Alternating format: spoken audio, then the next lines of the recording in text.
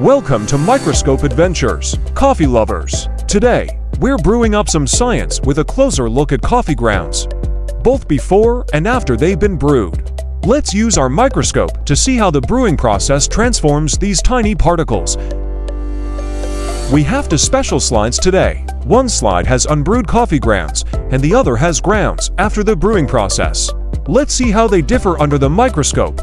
Wow, the unbrewed coffee grounds look like rough, jagged pieces. Some even have sharp edges, and they are perfect for trapping water during the brewing process.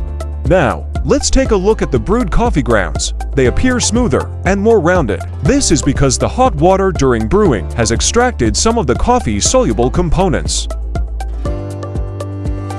By comparing the two slides, we can see how the brewing process changes the physical properties of the coffee grounds. The hot water breaks down and dissolves some of the coffee's components, leaving behind the smoother, used grounds.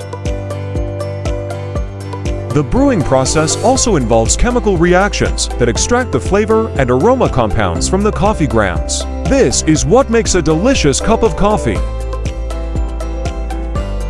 What other everyday transformations are you curious about? Leave a comment below, and let's explore them together in our next microscope adventure.